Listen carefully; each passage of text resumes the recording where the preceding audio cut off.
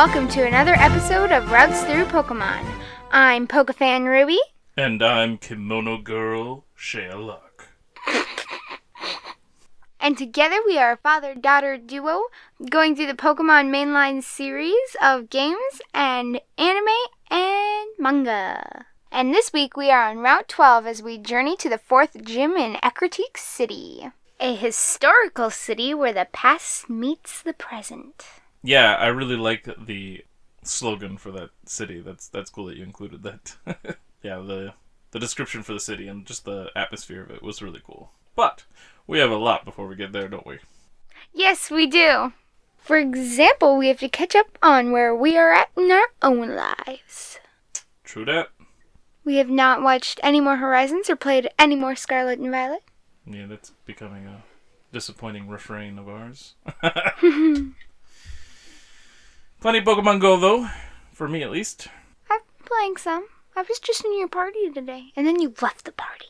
Yeah, well, that's because I had to start a party with your older brother because there was 5 of us playing, so, and the party can only be 4. Well, if you had stayed in our party, we would have completed the nice throws. We were 2 away. There were just not enough Pokemon. Well, if you waited a little bit, you could have finished it. In fact, you might still be able to. Really? The parties last for 3 hours now for some reason. When did we start it? Well, I just, before coming up here to record, just finished mine and Flame's party quest. And I had to do 25 great throws total to catch us up to where we needed to be for all of our great throws. Mm-hmm. Well, I couldn't really finish it because, we had to watch our school show. Yep. And I can't play during then. Then I had to do stretch and folds, and I caught a couple Pokemon in between there with nice throws. With the sourdough bread, so I had to do stretch and folds. And then my hands were messy, so I had to wash them off, and then I had to go play piano. Although you were logged out, and the leader of your party just disappeared, so... Yeah, the other day I just finished my catching of electric Pokemon and party quests for the Jolteon thing, so now I'm on the Flareon one and got a few Litwicks and a Ponyta, so I'm a little bit on there, and I've completed, a couple quests. And then with the Halloween timed researches and stuff like that, I think I just completed all of them now. The only thing I have left is the month-long coin thing I have, which I need to do 1 more kilometer now. So I'm doing really well there. You probably will make it with school walks every day. Yeah, no, I get this is only 9 or 10 days or something. I don't remember what it is, but yeah, I'll definitely make it. And you can go walking on Saturday. Yes, because your mom still has a lot to do and a lot of eggs to hatch, so... And you'll be probably somewhere near Pokestops, I'm sure. Quite possibly. Pokestops don't matter too much, though. It's more just the walking. Well, then you can walk to Pokestops. Yes. Although you will have 2 children. Small ones. But it does mean that I got myself some of the costume Pokemon already that'll be popping up in this next week, I think. With, Froakie wearing a hat on one of his little eyes. And they evolve, so I'm really excited about that. So, a lot of times the event Pokemon don't. That's so cool. Yeah, so I can evolve them with the hats and stuff. And I also got a Rowlet. Rowlet with a costume, which was fun, because I like Rowlet a lot. And he also evolves with the costume, so that's cool. Definitely be interested to see what it looks like on the final form. Isn't Rowlet one of the starters? Yes, it is the grass starter from Generation 7. He's actually a starter in Arceus as well, because they take starters from different generations. I think I knew that, and that's why I knew he was a starter. The final forms in Arceus are all different from the final forms in the games they're from, though. Ooh. It's kind of cool, but I definitely look forward to the real Rowlet that evolves into, a ghost grass Pokemon. Because the one in Arceus is fighting, which is fine. I mean, it's cool, I don't like fighting type. Yeah. They're lame. It's not my favorite. They're just ooh, though you can punch hard. I still want that fighting Terra Greninja. For the cards. Anyway. But I also got more Morpeko. I got a couple of them from some of the timed research that I was doing. So that was exciting. I haven't used them in battle yet to see their hungry form. But still, I'm excited about it. I was looking forward to them showing up. Have they showed up for me? I don't think so, because I don't think you can catch them yet unless you had that timed research. Did you give me the time research? No. I'm also on stage 3 of my Master Ball research, I believe. And I'm on stage 2. And I still have a bunch of stuff to do for the level 43 quest. I hit the second level of that. I don't know how many levels because it doesn't say, but I have to do a bunch of raids, and I just haven't had time to go do them lately, so... Is there anything else to cover? I don't think so. Yeah, I think that's about it. So now we can move on to the route. So, where do we start off, Ruby? Where did we start? We started off in Goldenrod, because we just defeated the gym. Yes, we did. And then we went up to a new route, which I think was somewhere in the 30s. Yeah, 35. Yep, we went up, and there were no trainers, kind of weird. There was Like six 20. 6 trainers. Probably like 2,000. I don't know. Actually, on the whole route, no, there's 6, 7, 8 trainers. Unless it's nighttime, which we learned later, there's 9 trainers. Oh, yeah! Because there was one trainer near the entrance. There was 2 trainers that were a couple. There was another trainer right behind them. Worst couple ever, they're not going to make it, guys. Yeah, I don't think so. Picnicker and camper, right? Yeah, something like that. And then further up the route, there was the juggler and fire breather. Those were cool. And then there was a bug catcher through the grass, and if you went even further... Wait, was it a juggler and fire breather? I think so? I thought one was a juggler and the other one was like psychic. No, I don't think so. Oh, okay. We didn't run into the psychics until we got a little to the next route. Oh, there were psychics, okay. There was psychics, yeah. So, then we hit there was the bug catcher near the cuttable tree after going through some grass, and then if you went south through the grass and went out to that little open area that was on the other side of the fence that we couldn't reach by just coming up out of Goldenrod, because there was like a Pokeball up there to get with like a TM or something in it. And that guy, was he a bird keeper? I think it might have been a bird keeper. I think there was a bird keeper, so it makes sense. And so he was there. But then, at nighttime, the guy that was in front of that building at the very peak part of the north area, before you reached the bug catcher, the officer, he would fight you if it was nighttime. Yeah, but we just wanted to make sure, or I did. So again, how was the inconvenienced one? And I was waiting for a while until morning again when we played. And then I fought him, or tried to fight him. That's because it was like Crystal that I discovered this, because I was playing Crystal at night to catch up. That was the other officer that you discovered in Crystal. Oh, right. The one on Route 34 that we talked to a couple times, and then I'm like, I know I've talked to this guy, and he fought me now that it was nighttime, so I'm now more convinced that it's nighttime that you fight these officers. Yes, because the other one you're like, oh, this guy fights you. I'm like, I wonder if he does it during the day, so I wait until the day. And what do the officers have? One had a Growlithe, and the other had? A Growlithe. 2 Growliths. Oh, yes. Because they're the canines. Yep, so they use their police pups. But in the grass, so the trainers on Route 35 on that first chunk, that couple, the one was like, basically thought her boyfriend was kind of pathetic or something, right? Yeah, thought he was a weak. Yeah. And she's technically the second one? She technically is. It is the first one I fought because I went behind them. Just because I like to do things like that. And because I wasn't trying to avoid fights. I want to fight the trainers. Yeah, you were going to fight him. But then there was a person across the road to fight you. Yeah. But yeah, so she thinks her boyfriend's weak, and her boyfriend wants to prove himself, which of course he failed to do because we took him out too. Yeah. We took them both out. Yep. So we decided not to go in the building right away, and we went through the grass where we found Nidorans. Both male and female. Frequently enough for both, so we didn't have to do the same kind of trading we did in red and blue. So we also had to catch, later on, we ended up each catching one extra of either a male or female, so we could trade them to Crystal. Did I? Yeah, you got the female or male. I don't remember which. Oh, that's right. I think I got the male. Doesn't matter. So that we could trade them to Crystal, because Crystal couldn't find them out there. And I kept getting phone calls from one of the trainers on there telling me about Yanma showing up, a rare Pokemon, which is how I found Hoppip before as well. But I ran around constantly in there looking for Yanma, and I've yet to find one. Well, it's rare, like it says. I know that, but still. Daddy, you know with your luck. I got the Hoppip, and I got Fampi, which was also super rare in the mornings. Oh. Good job. You probably used all your luck. I guess so. It's all gone now. Good, now give it back to me. You stole my luck. Oh, and Spiro. I finally hit my limit on phone numbers, so I had to start deleting some older numbers. You hit it before me. I did, because you didn't have a couple that I already had, or... Well, no, there was... You must have had 3 that I had that... There must have been 3 numbers that I had that you didn't, because there was also a number you had that I did not have. Yep. So that was kind of weird. But then instead of going through the building, we cut the tree and go up to Route 36 then. We went through the tree. And there we found... I think that's the first boy up there, I think, was the psychic or something.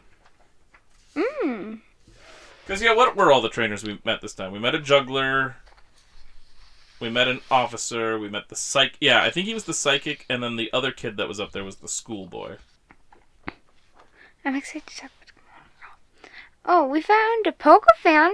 That's why it was Pokefan. Yeah. Because it was a girl Pokefan. Yeah, we did find a girl Pokefan later. That's during the bug catching stuff. And we also found some kimono girls and some mediums, but those are also later. The mediums? What are the mediums?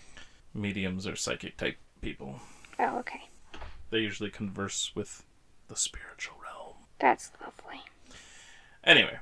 And then also in that area where the psychic and schoolboy was, there was a little patch of grass, and I ran into a stantler. Like right away. That was the first thing I hit, which was apparently not the most common thing to be finding up there, because you couldn't find them in there at all.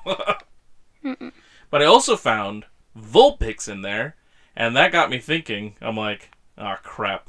I probably need to get a bunch of these things, because I bet they're going to be exclusive like they were in Red and Blue. Because we already had the bugs, Caterpie and Weedle being exclusive just like in Red and Blue. So I'm like, ooh, I have a feeling. And sure enough, you ran around and eventually found Growlithe, which we didn't need because Crystal already took care of it for us. Thanks, Crystal. So I had to catch 3 Vulpixes. You're welcome.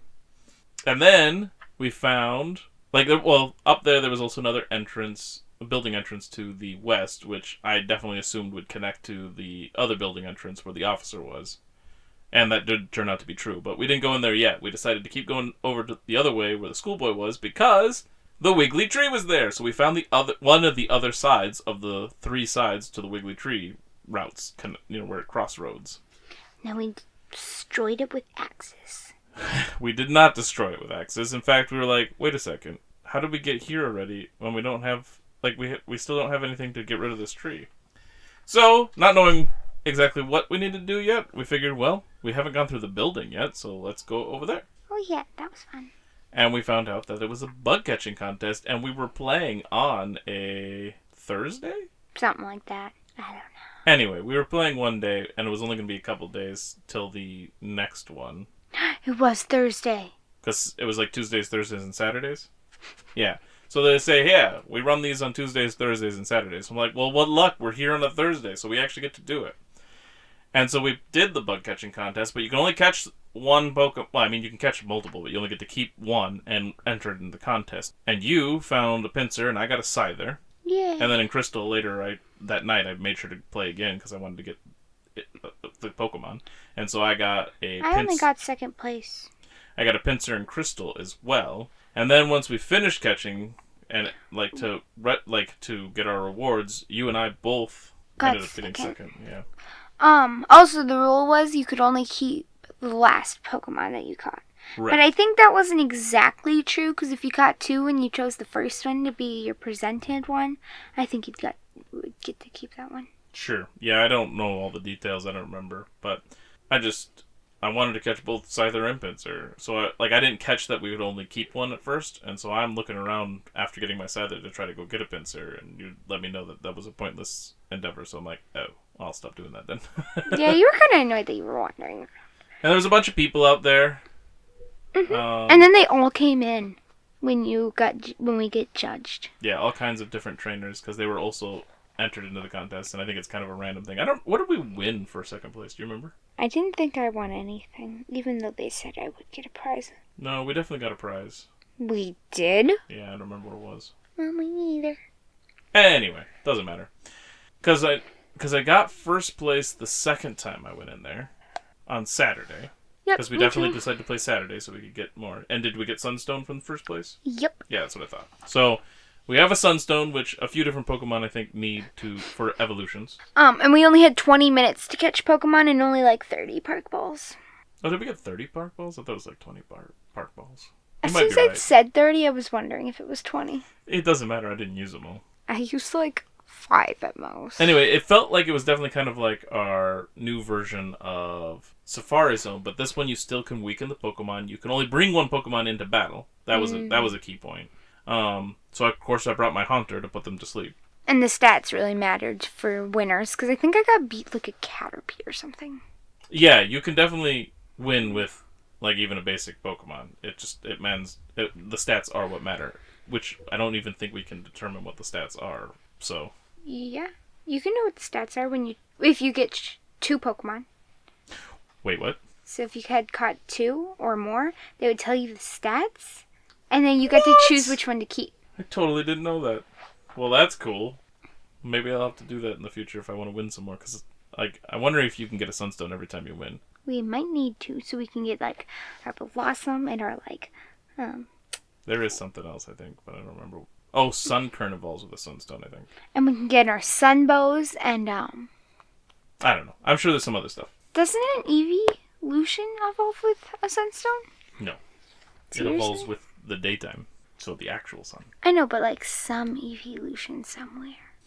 Not that I know of. Well, they still have to create more Evolutions. Ugh, can't believe they fell behind. But anyway, so we finished the bug catching contest, and so then we go back into the park, and we can fight the trainers now, which was fun. And a lot of them tell us a lot about this printing thing, because on the Game Boys you could get like a thing that could print off stuff. Yeah, and most of them wanted to give phone numbers. Yeah, a lot of phone numbers. And then we met another Pokefan, like we found the other time, but we also found a different Pokefan that was a woman, so her animation, or like sprite or whatever, was totally different. She wasn't like the same guy with like a kid with him. Instead, she had like 3 Pokedolls with her. You had 3 on your picture? I thought I only had 1. Oh, that's right, our pictures are different, aren't they? Oh, maybe I had 3. No, I don't know. Are the trainer pictures different? Now I'm curious. I know the Pokemon are different. Let's go hunt down a trainer. We'll have to check that out later. Anyway. And she's one who gave us a phone number as well. And then there was a guy on a bench in the south part of the park. I thought it was a girl. There was a NPC on the bench in the south part of the park who gave us like another TM or something. Or maybe an item, maybe a berry of some. I don't remember. I think it was something. a held item. Like a held item of some kind. Yeah. Oh, Quick Claw. Yes. It was Quick Claw to make them go first or something. But after exploring all of that and going through the south entrance and finding that it did definitely loop around like I thought, we found we were in a dead end because the Wiggly Tree was still in our way. And I'm like, what did we miss? So I was somewhere up in the grass, and I was like, wait for me so we can go figure out how to get through the tree together. And then you figured it out in town before I even got there. Well, when you said that, I was already headed down into Goldenrod City, and I was just going into a building. When you were telling me to wait, I was going into a building near the gym, because that's where we're at the top of the screen. Might as well start at the top. I figured the gym wasn't where I wanted to be. And sure enough, this building that's tucked in behind another building is the building we needed. Because you're like, you should wait. I'm like, I already figured it out. You said I already figured it out after like the 20th time of me saying you should wait. If you're counting all the times that we've played the games and you telling me that I should wait, yes. No, that's probably more like 200,000 bajillion. And did you listen? And do you ever listen? No. Gotta go get pink ribbon. You're obsessed with that stupid ribbon thing. Anyway, this lady in this like flower shop gives us a squirt bottle. And it is kind of tucked in there, but I mean, like, we talked to her before, too, and I think that's where we found out we were going to need some kind of water to begin with. I thought... Which is why we tried the bottled water. So, she gives us the squirt bottle, we go back up, we squirt the tree, and we catch our Sudowoodo, which is great. Woohoo! Now, realizing that we needed that before we left Goldenrod to go take care of the Sudowoodo, I'm like, well, in Crystal, I will just take care of that right away. And when I went over to that building, I noticed a couple of weird things. First of all, the building that was kind of long, that was kind of like in the way of the flower shop, they shrunk it in Crystal. So it didn't look like it was blocking that, making it a little bit more obvious that there was a building there. Not that it was hard to see, but it made it a lot more obvious. To add to it, they also put flowers and stuff on the screen around the door and like the first few like spots in front of the door to like draw your attention to it. To be like, hey, you should check this place out. So I'm like, or in case you just didn't remember where the flower shop was, I guess. So I'm like, oh, well, that's interesting. That would have been helpful. I'm guessing other people must have gotten stuck in the game in the past before they came out with this one. So they fixed it to make it easier for people. That was my theory, anyway. So I go in there. There's actually 2 people in there when we were playing Gold and Silver, but in this one, there was only 1 person in there. And it's the lady that gives you the squirt bottle. But she's like, oh, hey, my sister went to go explore the wiggly tree thing. She's not what she says exactly, but that's what, paraphrasing. And so go check on her. I'm like, seriously? Fine. So I did my trainer battles and all this stuff, fought the officer, whatever. And I go over there, and she's like, oh yeah, I can't figure out how to get this to move. I'm going to go back and talk to my sister. You should come see us. I'm like, so in the game that I realized I should have done it before I left Goldenrod, now I still had to come here and then go back to Goldenrod to get the squirt bottle. That's what you get for leaving me behind. You don't Karma. understand. No matter what I do, I'm always going to be behind myself because I'm trying to catch up in Crystal all the time. Anyway, so I got my squirt bottle in Crystal and also acquired Sudowoodo. So we all got our Sudowoodo, and it's all fantastic. And when we went up there, we kept going right to go to places and stuff because, we had already been there, hadn't we? Yeah, we had. Yeah, if you go right from the path, then you just go back to where the ruins of Alfar and Violet City. And so we kept going over there and stuff and exploring and whatnots. And then eventually I'm like, I wonder what this guy says. Because I kind of just a little bit got lost. Oh, yeah. Just a little lost. And then I was like, hold ooh, on, a new guy. Hold on. What? Before you get to that, every time, because we weren't exploring when we'd go to the right, what we were doing is we would go back to, Azalea Town through Union Cave instead of going through Ilex Forest because it just seemed easier. And all of that. And in that process, you constantly kept going south as soon as we took the route towards Violet City and ending up in the ruins of Alf. Every time, be like, where am I? It didn't happen that many times. It happened at least 3 separate times. Yeah. You said you Which did is it. hilarious. Yes, I did do it probably twice because I wasn't really paying attention. I'm like, and as soon as I got there, but I knew exactly where I was. I'm like, oh, whoops, I jumped south too quick. Well, I knew exactly where I was after the first 2 times. The first 2 times. And so then I stopped going there. So thanks for leaving out the part where I made progress. But in all of that, you ended up talking to the guy that told us about the tree way back when, because I didn't talk to him a second time because I didn't feel a need to. I just felt like doing it. I might have been lost, and that's why I did it, because I thought he was a new guy, but I don't think I was lost that time. But I talked to him, and then he's like, hey, thanks for moving the wiggly tree. Here's something. I'm like, Daddy, go talk to him. So I did, and what did we get? We got an HM. We got an HM. I think it's an HM anyway. It teaches us Rock Smash. That is TM. Well, HM is for usually for the moves that we need outside of battle. I know, exactly. That's why it stood out to me that it was a TM. Oh, because Headbutt's also just a TM too, isn't it? Wait, we got Rock Smash in this part? That's how you got Rock Smash. Oh my goodness, we have so much to cover. So yes, we got Rock Smash. Which then immediately I'm like, well, we need to go to the Dark Cave now. I didn't say that necessarily. I was just I did. I know. But my thought wasn't that exactly. It was more like a, hey, I think there was somewhere with boulders that we should go smash. Oh, yeah, that's right. I remembered it was Dark Cave. And I had no clue where Dark Cave was. Of course you did. Anyway, so we go to Dark Cave, we smash through the rocks, which there's a few to smash, and you kept getting ahead of me in here, because you got there first because I was in the middle of doing something else. And I asked you if that was okay. Yeah, and I'm okay with it. So you should be okay that I'm a couple steps ahead of you on occasion. On occasion? Who was ahead of me throughout the whole catching of Krabby and Poliwag? Oh, you forgot to mention Apom. I was ahead of you with Apom. Well, you got Apom from as soon as I was catching. Like, I caught up to you at that point. But yes, you got Apom first and then went through Union Cave. And I still had to catch up again. In fact, actually, I didn't have to catch up that much, because I think I might have even given up at that point and decided to catch Apom somewhere else. Yeah. And that's where you learned to hate Spearow. Speaking of that section, the Route 32 where the docks are, one of the times during this arc when I went down there, it's also where the Poke Center is, where the guy's selling the Poketail. I don't know where that is. I don't know. Right outside Union Cave, between Azalea Town and Violet City.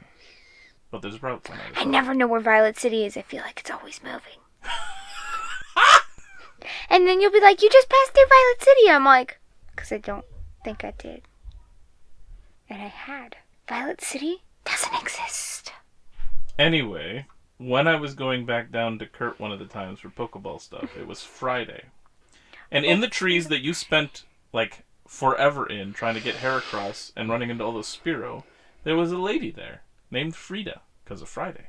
And I'm pretty sure she's connected to some of the other people we've met, like the pink ribbon lady. We met? That was all you. Anyway, and she gives us something. I forget what it is. Doesn't matter. It doesn't. But I made sure to let you know to head there, and you took forever to decide to go there anyway. But you did eventually. Okay, we were busy. We had things going on. Yeah, constantly, all the time. That's why I go do things, okay? So anyway. Get away from me. We did meet Frida, the Friday person. But then back to Dark Cave. We rock smashed through there. You were ahead of me.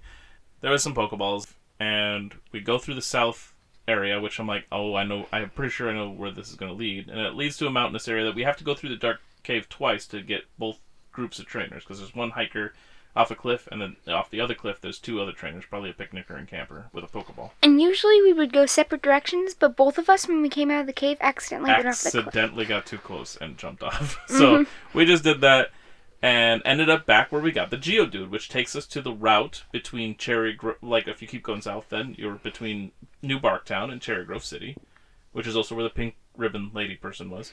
And so then we go back to Cherry Grove and all this stuff. But eventually we go back through the Dark Cave and get the other one. But the second time we went through the Dark Cave, we learned that sometimes you're attacked by a Pokemon when you smash rocks. Oh, yes. Because you found a Krabby, which...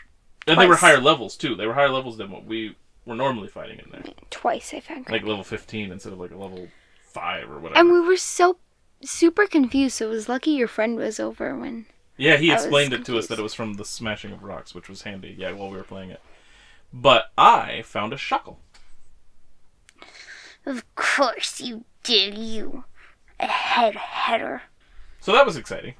Oh yeah, that was kind of cool. Anyway, after all that backtracking over there, we end up deciding to also explore the new direction we could go, which takes us to Route... Let's see, what is that, 37 now? Yeah, Route 37.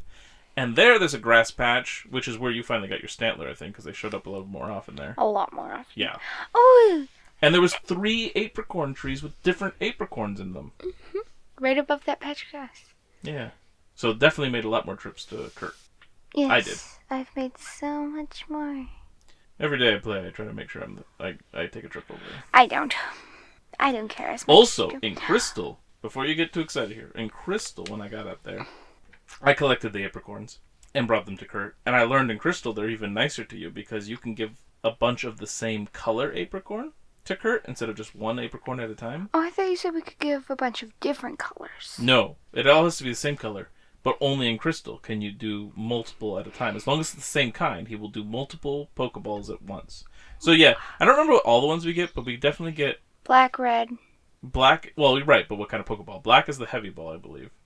Oh, I haven't even collected my colorful one. I don't remember what the other two are. Is it black, red, and blue that we found? I think so. Is blue Lure Ball? Yeah. Maybe. That's what I've seen in other things. I'll so check that. Lure, heavy, and love? Ooh, I do think the Love Ball was one of them. Oh, wait. Friend. Level Ball. I got a level ball somehow. Nah, I don't know. I don't remember what they are. What were you excited about with this route? Oh, Sunny! We found Sunny for Sunday. He gave us... Oh, no, something. The biggest thing he gave me was information. Yeah, that's what I remember. Because he let us know that he has siblings. So all these day people, and he let us know all their names. Frida being one of them. So, that was really cool. But then to get up to, like, through the route, there was 3 more Poke Battles. Well, no, 2 more Poke Battles. There was 3 people on the map. But one was another group of twins. Mm-hmm. Or another pair of twins. And they both each had... Like a Jigglypuff and Clefairy. That's right. And depending on who you talk to first, they pop out a different Pokemon first. We wanted to explore that. And I tried it with Crystal then, because we both did the same in Gold and Silver, unfortunately. And Crystal did do a different order, and I did talk to a different person. So it could be just a Crystal thing, or it could be that you talk to that person first, that's what comes out first, which is I'm leaning towards at this point. Because we all wondered that with the first twins in Azalea. So that was cool, and then I remember who the other trainer was. Some useless old guy. I don't even know if it was old or a guy. I think it was a guy, but that's about all I got. And then we enter Ecruteak City. Yay! And when we go into the Poke Center there, which we often, that's like our first stop, so we can heal up our Pokemon after Pokemon battles. Mm-hmm. But before we could do that, Bill showed up and started chatting with us. Oh, you did? Yes. Nice. And he told us that he's got the what does he call it? Oh, yeah, he told us that in the Pokemon Center. Yeah.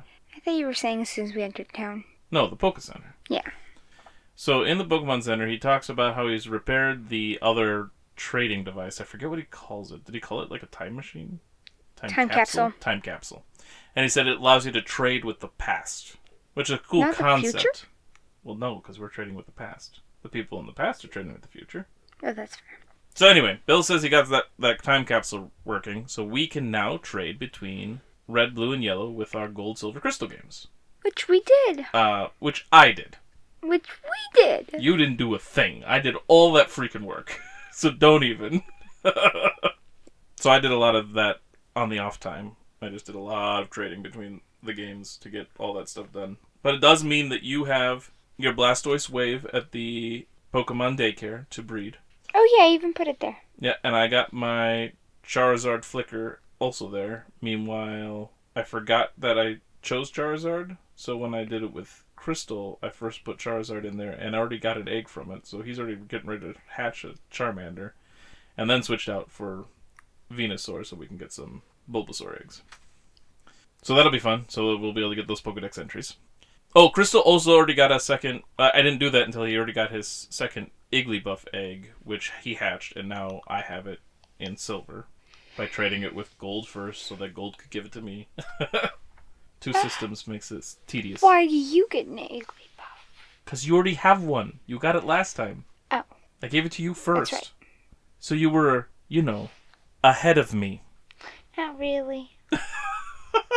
You could already have a Jigglypuff at this point if you wanted to. So, after talking to Bill, he leaves, going back to Goldenrod, so we're like, well, we should go talk to him again when we're there. Which we did. And what do we get from Bill? An We finally got EVs! So, Crystal, Gold, and Silver all have an EV from Bill, and where did we get him? We got it in Goldenrod. And what is Goldenrod? It is the Johto version of Celadon City. Which is also where we got Eevee. What did we name our EVs? In Crystal, I named my Eevee Moonbeam? I named mine Midnight. Yeah, because they're going to be Umbreons is the plan. Mm-hmm. And I don't remember what I named my Espeon. We'll cover that later anyway. You don't remember? Psychic. So the first part is spelled like psychic, but then the last part is spelled like kick. Like I'm kicking you. Psychic. That's what I named my other Eevee. But we also traded in our evolutions from red, blue, and yellow, or I did. And I traded them through everybody, but somehow missed giving Crystal Jolteon, so I'll have to do that again later. But, so we have an entry for all, like, the Jolteon, and which means I have my level 100 Jolteon with me now. Actually, I don't know if I have him in my party, but I have him. Should use him.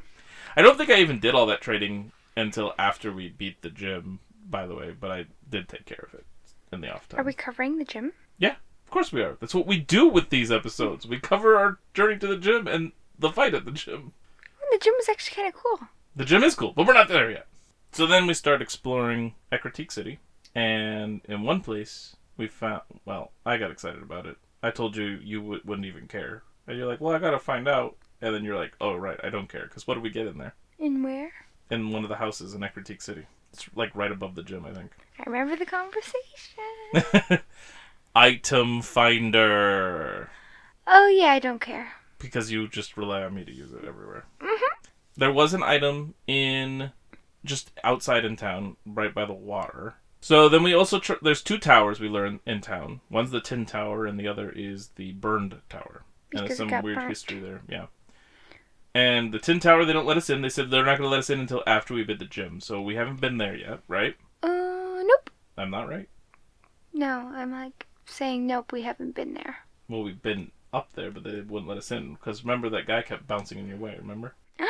That was so funny. I kept playing with him. Yeah, every time you try to go in where he's not standing, he just... there he is. But then we go over to the Burned Tower, and there's only basically 2 floors. The basement floor, because the holes in the ground, and the first floor, because the rest of it's burned. So it's not really a tower anymore. And... we fought our rival before we went to the Burnt Tower. Incorrect! Because as soon as we enter the Burned Tower, we are confronted by our rival, which is right where I was headed. So I decided to use the same team I'd been using that I had with me now, which included Evie, obviously, because I want to, make him happy. I also got him a few haircuts, by the way. 2 haircuts. I got him a haircut. I don't remember all he had. He had pretty much the same stuff from before, but... He had a haunter. Oh, he did, didn't he? Because you still didn't have a haunter yet. Right. That's right. But... we didn't explore too much of the Burned Tower because we just fought a rival, and so we had to battle. But we did battle. But we did decide to do some of the Burnt Tower before we battled. We decided we would wait till we both needed to go back to the Poke Center. Yes. Or one of us did, and then we both go back. But in our battle, I decided I didn't want to change up my team and stuff, so I just used the same team that I had with me, which ended up being Eevee, of course, Haunter, Graveler, Butterfree, Bayleaf, and a 6th Pokemon that I can't remember. Wait, what were your 5? Eevee, Say them slowly. Yeah. Eevee, Haunter, Graveler, okay. Graveler. Butterfree, okay. Bayleaf. Okay. Was it Machop? I don't think I kept my no. Machop with me. I mean, I should have. He needs to evolve into a Machoke eventually, but... Was it your Golding? Might have been? Anyway, we battled, and I beat you. Yep. Because I'm awesome. I'm still working on leveling up my loser. grass types. Your grass types? No. The ones to defeat your grass type. That's what I meant. Your Growlithe? So, in the Burn Tower, did you ever get to the basement? I can't remember. We both went to the basement. Oh, I know I did, but I know you haven't finished it yet. With the... Yeah, well, that's why I'm asking. we both went. Okay. So, yeah, there's a lot of holes, and we can go into any of them to get some of the items off the sides and stuff. That's what you haven't finished doing. That's right. But, initially, if you get in the middle part, there's some stairs up to this, little plateau. And I told you to wait, didn't I? Probably. And you did, I think. Sweet. For once. Well, that's because it was a story moment. Unlike the pink ribbon. I'm not completely sure you waited, but I think you did. But there was 3 sprites up there. I don't remember what they looked like, but they looked like a normal Pokemon sprite that we've seen for other things. And I thought I knew what it was. I did too. And as soon as we got up there, they all flickered or whatever and turned different colors, 3 different colors, and shot off in 3 different directions. So we have released the 3 legendary beasts of Johto, which means they're going to show up randomly for us to catch, and they're very skittish. Wait, do they run away again? And then we have to find them again? Yes, that's what I've heard. So if they run away, it's not the end of the world? No, but it's a pain in the butt. I don't think it'll be that hard. It'll be fine. I'll catch them at full health, and then they'll stay with me. Probably will. And then you'll be like, ooh. Mean look. I'm going to try to mean look them. Hopefully that works. If that works, that should help. But here's the interesting thing. Now, this is one of the biggest changes I've run into so far playing Crystal. When I got to the Burn Tower, I did not fight my rival when I entered like we did. Instead, this character named Isween or something like that was talking to me and is obviously obsessed with Suicune, which the last part of Isween is kind of the beginning of Suicune, like Suicune. Anyway. But also the gym leader was there. What? Yeah, Morty, the gym leader. And so they had a conversation. So I never actually... Morty? Yeah, and I kind of wish I went to the gym right away to see if he was there, because he might have not even been there then, since he was here for this little story moment first. Anyway, doesn't matter. But Isui really wants to find the Suicune. in our versions, there was a ladder right there, right near the door, that we could go down to the basement, because that's how we get back up. There wasn't a ladder. Wait, there is a ladder? I thought it just appeared to shoot us up. Interesting. In Crystal, there was no ladder. There was also no holes to get to the basement. So the rest of it was pretty much laid out the same. I think the color palette was a little different, too. We fought trainers in there, too, just to be clear. Yeah, that's where we meet mediums. And so then I did some exploring, because there was like a Pokeball up in the right or something for Crystal. And I purposely went that way first, because the spiral part to get to the center, which we could do in red and... not in gold and silver as well. That's where the rival was. I could see him on the map already, but he was behind some walls, basically, so I had to go around to go fight him. After our battle, he says something really stupid that suggests that he beat me, but he didn't. So, like, his attitude about not worth fighting a weak trainer or something did not make any sense. It's something along those lines. It was stupid. But then all of a sudden a hole opens up right underneath me, and I fall. And so that's how I get to the basement, and then the ladder eventually gets built in there to come down by Isui, I think, because then he meets me down there afterwards. But, again, the plateau is still there. It's a little, like I said, it's a little laid out a little different. It's still laid out a little different. But the 3 sprites up there all look different. They don't look all like the same sprite from the other one. They actually look a lot like they should for the 3 beasts. And then they all fly off, too, except Suicune doesn't leave right away. It swirls around me for a while, and then takes off. I wonder which one you'll find first. Suicune, I believe, has a story plot, or at least a minor one, especially with Isui looking for the Suicune, in Crystal, because when we start up our games, you have Ho-Oh that shows up, I have Lugia. In Crystal, it is Suicune. We also learned at the beginning of the Johto season of the anime, Suicune showed up. We haven't really seen Suicune since, but Suicune showed up, suggesting that there's like an extra plot with Suicune at some point. Suicune seems more important than the rest because I know Suicune better than the rest. Well, that's because they made it the main one in the anime and apparently Crystal. But the movie's all about Entei. The movie is not about Entei. At all, actually. Because it's not really Entei. But it still addresses Entei more. Raikou is definitely the one I've seen the least and heard about the least. Well, sure. I can barely picture Entei him. shows up in the movie, and Suicune is apparently the main character in the anime. Because I can barely picture him, and I just recently memorized his name. Oh, I can always picture Raikou, because Raikou looks like a saber-tooth tiger, and it's the electric type. He looks like a dog that needs to have... Well, which is why a lot of people cheeks. refer to these 3 beasts as the legendary dogs, because they think a lot of them look like dogs. Yeah, I thought that's just what they were called, were the legendary dogs. I thought so for a while, too, because that's what I heard often.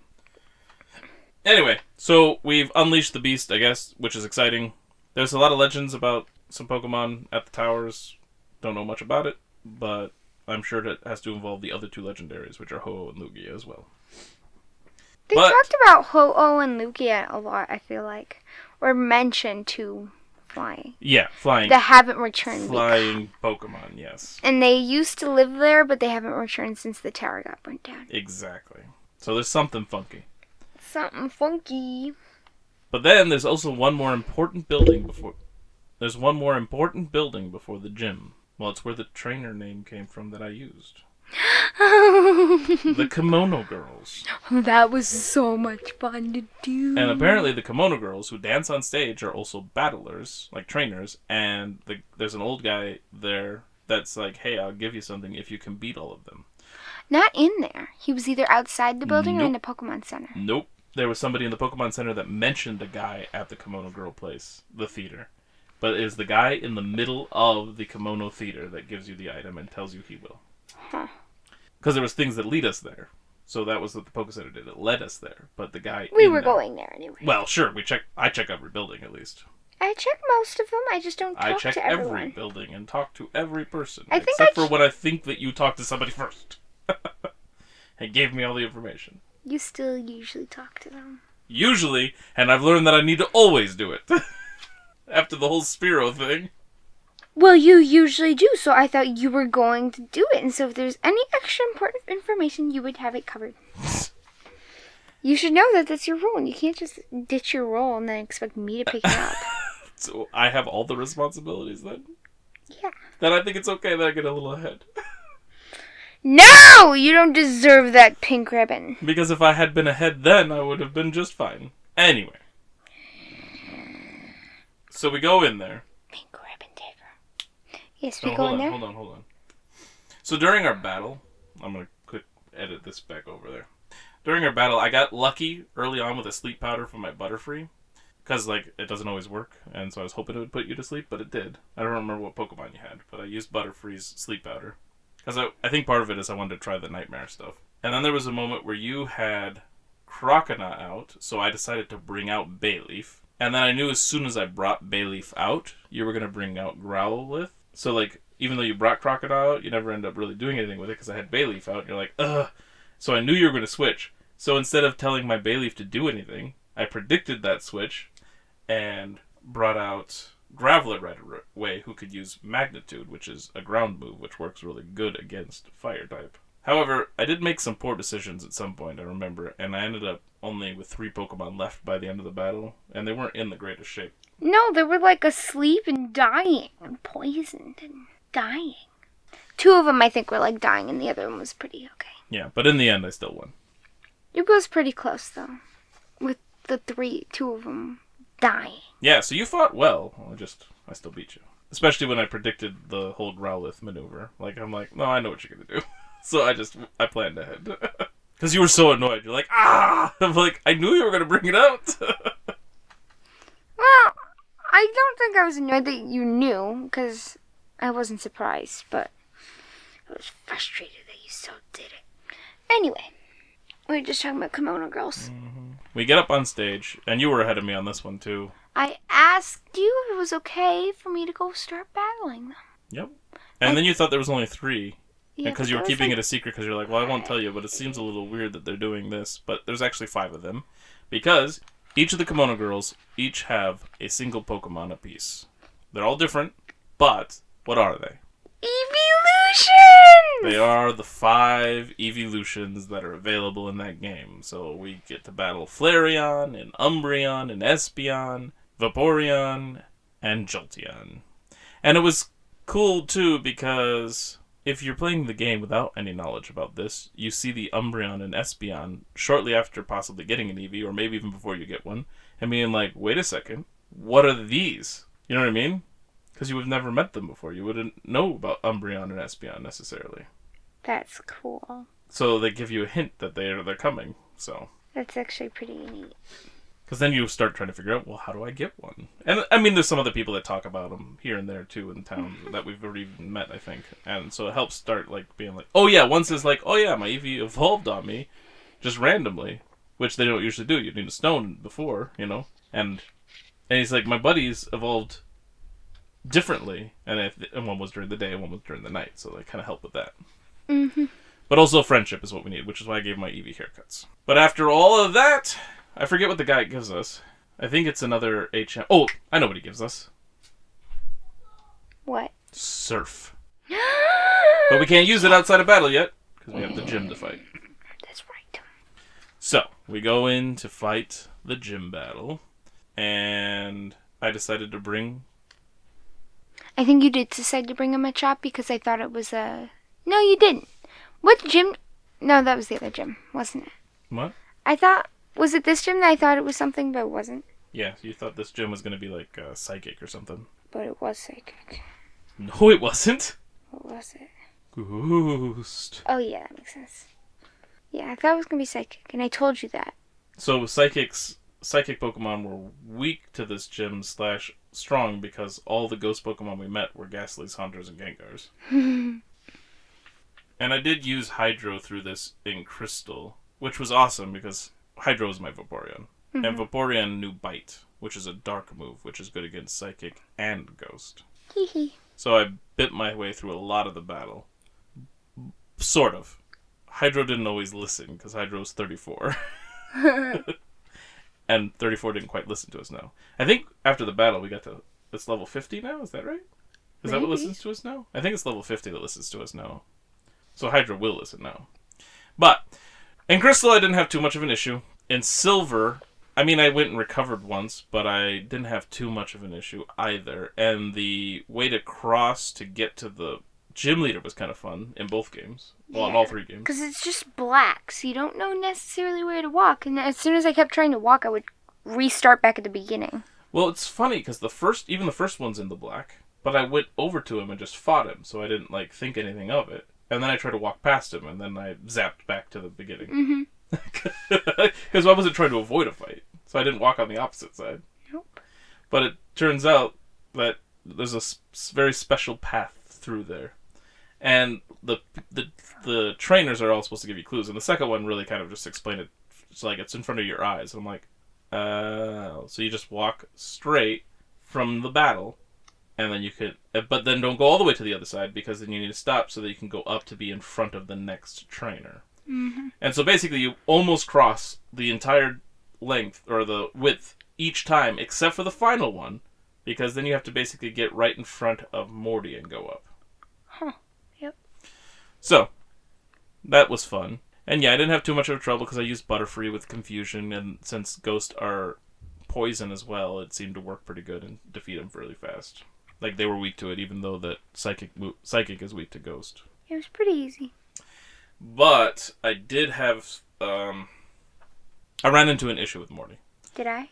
I don't think so. I think you beat him much faster than I did.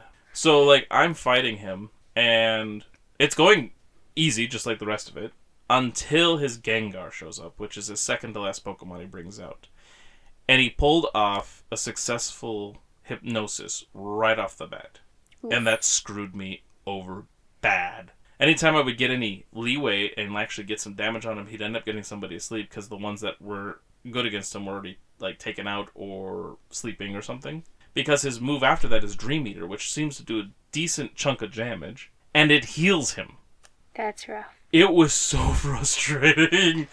Once I finally got Gengar out, then the rest of it was fine. But Gengar, he stopped me in my tracks for a bit. I was actually worried I was going to lose the gym battle. That's not good. No.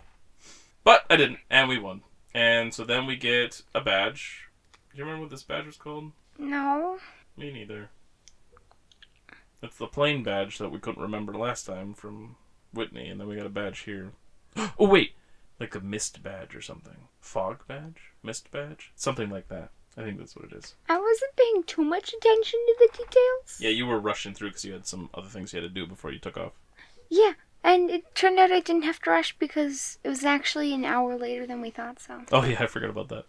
But then he also gives us a TM or something, or maybe that's where Fog comes in. I don't know. We got some stuff from him, but then we also now are able to use Surf outside of battle. So we have a lot of things to go back and check out. So yes, we beat the Ecruteak City gym leader, got our 4th badge. We are halfway through the gyms. Woo! And we can surf. And we can surf, which means... Let's see, where is all the places we can surf? There's some water near Dark Cave, I think. There's definitely water on the route back to Goldenrod City, that Route 35 or whatever. There's water by the docks, but you never would have guessed that. There's definitely water by the docks. There's water on Route 34, which is next to the breeding center. There's water in Union Cave. Oh yeah, Union Cave. We still need to explore Union Cave. Today. Because there's water in the bottom. We do. We need to play. As soon as we're done recording, we're playing. Because it's Friday. Going to Union Cave. Got this. Alright. But that was our journey. Now, we met a few different trainers, as we've talked about. The Juggler, the Officer, the Psychic, the Schoolboy, the Pokefan female version, the Kimono Girl, and the Medium. Which one stood out to you as the most interesting? Kimono Girl. Yeah, I'm a little torn. I really like the Kimono Girls because they had the Eevee evolutions, which was really cool.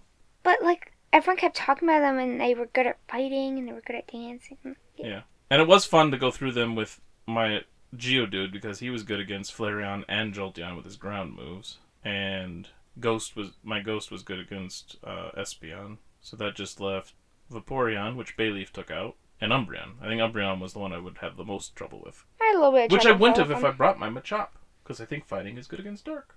So anyway, which one do you think was most interesting? Officer, I thought was really interesting. Oh, because yeah. it was a surprise, because they don't fight you unless it becomes dark out. And then they fight you, and that was just really fun and cool. I thought that was super interesting. So yeah, it's kind of a toss-up between Kimono Girl and the Officer. Well, you take Officer, and I'll take Kimono Girl. Alright. Now, we caught a bunch of new Pokemon. Eevee. Eevee is automatically our favorite every time, so we're not going to include that one in which is our most excited about, because everybody knows we love Eevee. So, the Pokemon that we caught are Nidoran male-female, Stantler, Vulpix, Scyther, Pinsir. Our Geodudes all of our Geodudes are now Gravelers and now Golems from trading. Mine was a Graveler first. I'd just like to point that out, well, because like yours Ghastly was a Haunter first. Was a Haunter first. That's right. But all of ours are Haunters and then have been traded to Gengars. We got Sudowoodo. And your Bellsprout evolved into a Weeping Bell. Nobody else has. I also got a Shuckle in silver. Oh, we also caught Coughing. Forgot about Coughing. Because he was in the Burn Tower with all the smoke. Forgot about that. So we got Coughings. And then in Crystal, my Mareep evolved into a Flaffy already, which nobody else has. Alright, so our Pokedex entries. Who's that Pokemon? We'll start off with Graveler. Rock, number 75. A slow walker, it rolls to move. It pays no attention to any object that happens to be in its path. With a free and uncaring nature, it doesn't mind if pieces break off while it rolls down mountains. In Crystal it says, it travels by rolling on mountain paths. If it gains too much speed, it stops by running into huge rocks. Golem, Megaton, number 76. It sheds its skin once a year. The discarded shell immediately hardens and crumbles away. It is capable of blowing itself up. It uses this explosive force to jump from mountain to mountain. That's kind of fun. Like, it explodes to leap from one mountain to another. See, they don't kill themselves when they explode. Like they lose their health, sure. So he probably knocks himself out getting to the other mountain, but they're still alive. That's so cool! I want to see Golem travel now. In Crystal it says, its rock-like body is so durable even high-powered dynamite blasts fail to scratch its rugged hide. That's impressive. Igglybuff, Balloon, number 174. It has a very soft body. If it starts to roll, it will bounce all over and be impossible to stop. Its extremely flexible and elastic body makes it bounce continuously, anytime, anywhere. In Crystal it says, instead of walking with its short legs, it moves around by bouncing on its soft, tender body. Mareep, Wool, number 179. Its fleece grows continually. In the summer, the fleece is fully shed, but it grows back in a week. If static electricity builds in its body, its fleece doubles in volume. Touching it will shock you. In Crystal it says, it stores lots of air in its soft fur, allowing it to stay cool in summer and warm in winter. Haunter, Gas, number 93. In total darkness where nothing is visible, Haunter lurks silently, stalking its next victim. Its tongue is made of gas. If licked, its victim starts shaking constantly until death eventually comes. Creepy. Mm-hmm. In Crystal it says it hides in the dark, planning to take the life of the next living thing that wanders close by. Oh my.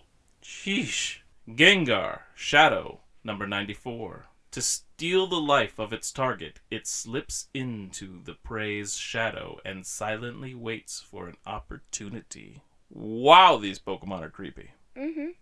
It steals heat from its surroundings. If you feel a sudden chill, it is certain that a Gengar appeared. They just appear.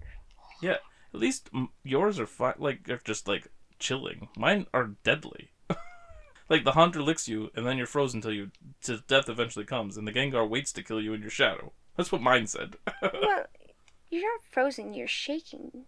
Isn't that what it said? Maybe. Basically, you're paralyzed, because that's what Lick does. No, I thought it said you were shaking until you die. You're right. It's shaking constantly until death eventually comes, but you're still paralyzed. You can't do anything. In Crystal, it says, hiding in people's shadows at night, it absorbs their heat. The chill it causes makes the victims shake. So kind of like mine.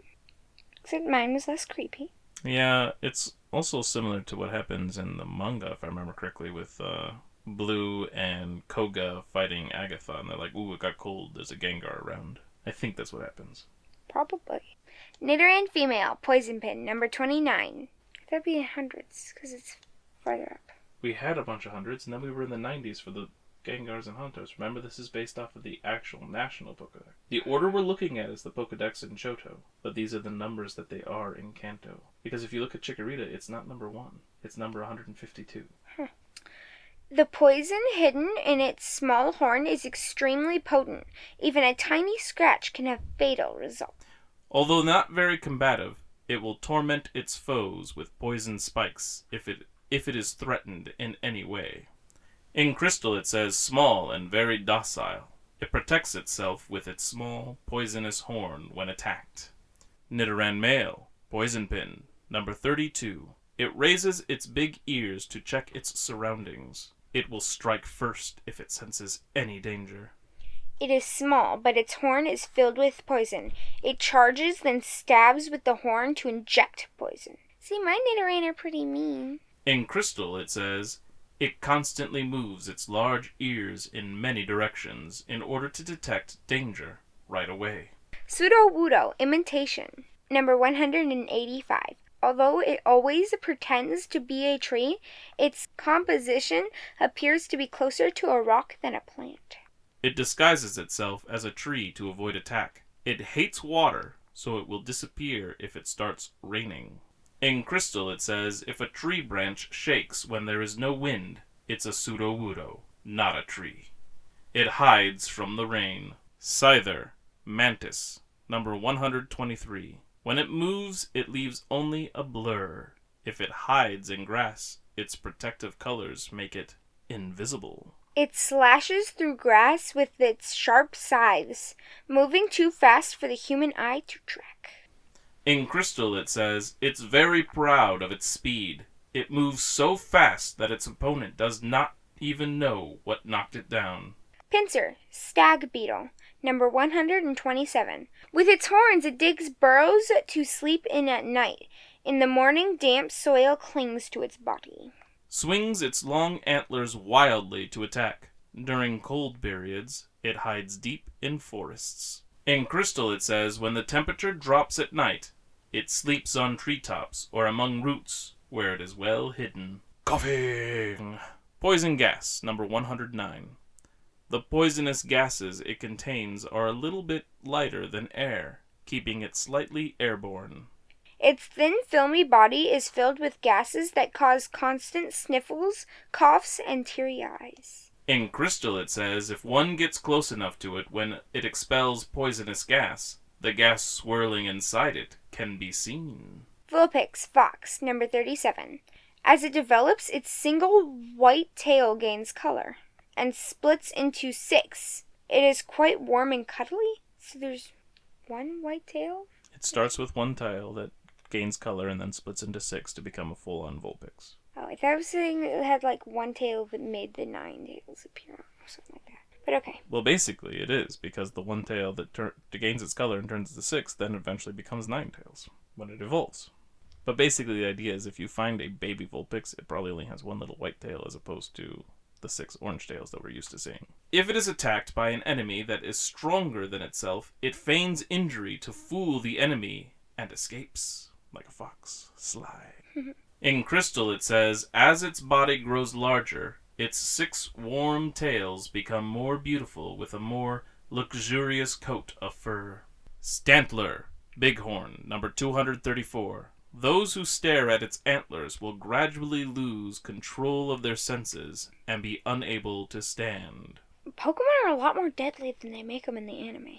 Yep. But this does suggest the kind of hypnosis-y stuff that we saw from that Stantler episode. Yeah, but that just made them see things. Oh, I know. The curved antlers subtly change the flow of the air to create a strange space where reality is distorted. In Crystal it says, the round balls found on the fallen antlers can be ground into a powder that aids in sleeping. Interesting. That is interesting. It's a medicinal purpose to ground up Stantler things. Eevee, Evolution, number 133. Its irregularly configured DNA is affected by its surroundings. It evolves if its environment changes. It has the ability to alter the composition of its body to suit its surrounding environment. That suggests it has to be like living in swamps or something to evolve into Vaporeon, or in a burnt tower to evolve into Flareon. Are we doing... It doesn't have to, but it can. It's what I read from it. Oh. Because maybe Firestones are born from fiery places and such. Who knows? But maybe Wild Eevee just do evolve without a stone. In Crystal, it says, its ability to evolve into many forms allows it to adapt smoothly and perfectly to any environment. It just makes it sound like it can switch. Almost. Vaporeon Bubble Jet, number 134. When Vaporeon's fins begin to vibrate, it is a sign that rain will come within a few hours. It prefers beautiful shores. With cells similar to water molecules, it could melt in water. Like a witch. Except that it doesn't, die. It just comes back together. We've already learned that it can blend in with water before. At least in the anime. Was it just the anime that did that? I don't know. It was cool anyway. In Crystal, it says, as it uses the fins on the tip of its tail to swim, it blends with the water perfectly. Like it melted into it or something. Something like that. Flareon Flame, number 136. It fluffs out its fur collar to cool down its body temperature, which can reach 1,650 degrees. Oh my. It stores some of the air it inhales in its interior flame pouch, which heats it to over 3,000 degrees. In Crystal, it says, once it has stored up enough heat, this Pokemon's body temperature can reach up to 1,700 degrees. So, out of all that, who are you most excited about? And why? Maybe. Let's go with Sudowoodo. Sudowoodo. And why? What's so cool about Sudowoodo? I mean, he's just cool standing in there. I like the name I gave him. He's sassy. I think for me, it's probably Vulpix. Out of the Vulpix and Growlithe, I like the Vulpix line better. I like the fox. And having the fire and stuff is a good thing to have, so I'm excited. Mm-hmm. Granted, I have Charizard now too, but... Alright, so why don't we go through what we named our Pokemon? Alright. So, Nidoran Male. In Silver, I named my Nidoran Male Nidoman. And my male is Poke Eater. And why'd you name it Poke Eater? That's what I was trying to... Oh! Because the song, One-Eyed, One-Horned, Flying Purple People Eater. Because of the Nidoking in the manga. Alright, and because it had one eye, right? Because the other eye got out. Yep. So it was a one-eyed, one-horned, flying purple people. Well, so it doesn't fly, yeah. And in Crystal, I named my male Nidoran that I got from Gold, so it was... You did get the male one for him. Ranma 1. Ranma/1. And I did that because of... There's the Nidoran male and female, and I know of a anime called Ranma Half, like 1/2, you know? And it's about a character that, when they get wet, I think, from cold or warm water, they turn from male to female. Some kind of weird curse or something. I've never watched it. I just know about it and heard a lot about it. So that's where that's where the name comes from. So you can already guess that in Crystal, my Nidoran female is Ranma/2. My Nidoran female is Pretty Pin.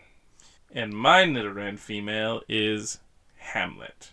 And that is simply because one of the descriptions in the Pokedex mentions that even one slash from the poisoned horn or whatever can infect you or something like that. Or even cause death, maybe? Yeah, something like that. Yeah, cause death. Which, if you know Hamlet, there's a point where a sword is got some poison on it, so just a cut from it will kill a person. And I thought it was because of the episode with Romeo and Juliet and their Romeo and Juliet. And so I was like, oh, Hamlet is another one by Shakespeare, just like Romeo and Juliet is by Shakespeare. Yeah. And that would have made sense, except that I would have named the Nidoran female, Ophelia or something instead. Which is a female from Hamlet. I named my Stantler Stantess. Like a countess or something? I think it was just because it makes it girl. Oh, okay. Like countess, yeah. Princess. Oh, princess. That makes sense too. I named my Stantler in Silver Prancer, which is one of Santa's reindeer, and also the name of a movie where Prancer of Santa's reindeer gets Left Behind, or I don't remember. I haven't seen the movie in a long time, but I liked it growing up. And there was actually a play where... How old's the movie? It's probably really old, huh? Yep. And there was So it's also... probably new when it came out. There was also a play where well, it was a bunch of, like, monologues from the reindeer. This is probably called the reindeer monologues, actually. And I got to play Prancer, who now went by the name Hollywood, because he had starred in that movie. So I had kind of an ego. It was fun. Uh-huh. And then in Crystal, my Stantler is just named Stan. Nice.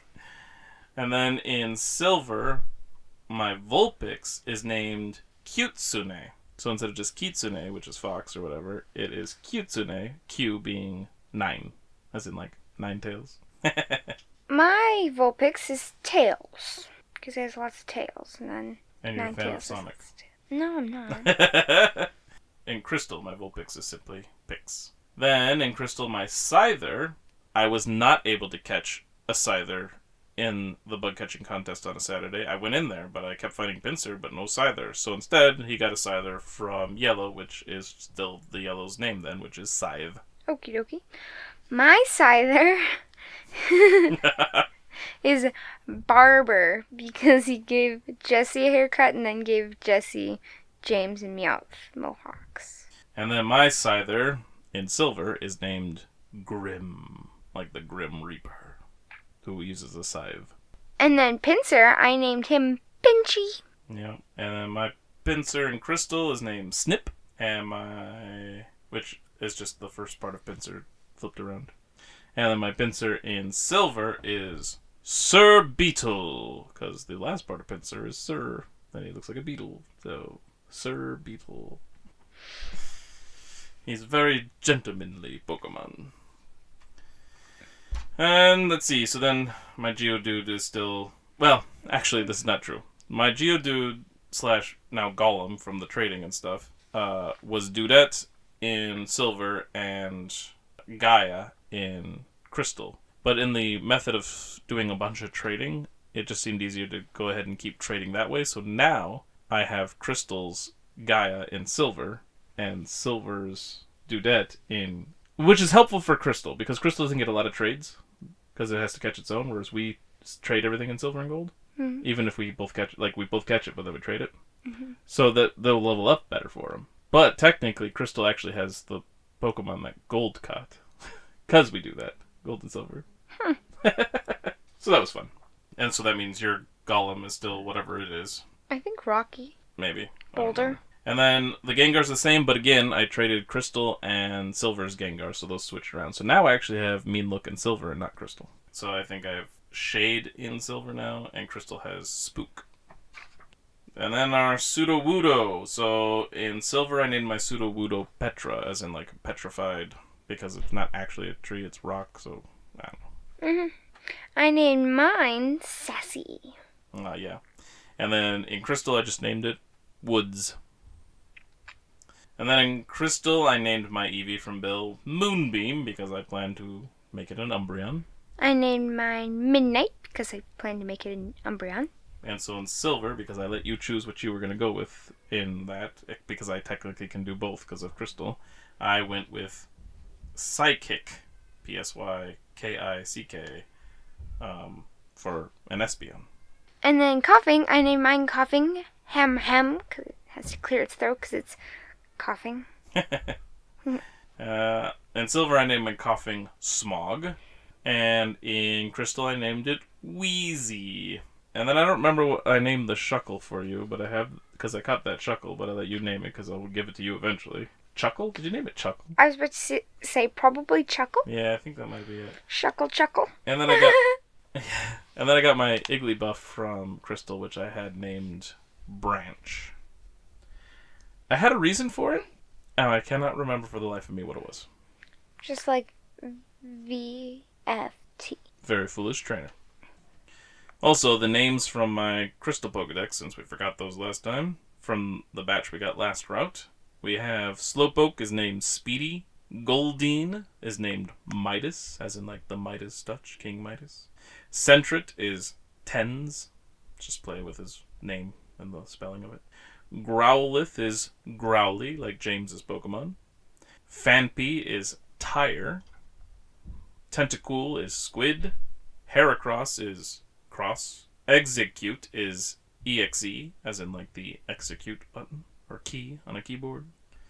Poliwag is Polly. Snubble is surprise. Venonat is Yorucho, which is like moth or something in another language, I think. I don't remember. Looks like Japanese. I don't know. I looked it up somewhere. Abra is Avada, as in like Avada Kedavra. Drowsy is word, which is just the first part of drowsy switched around.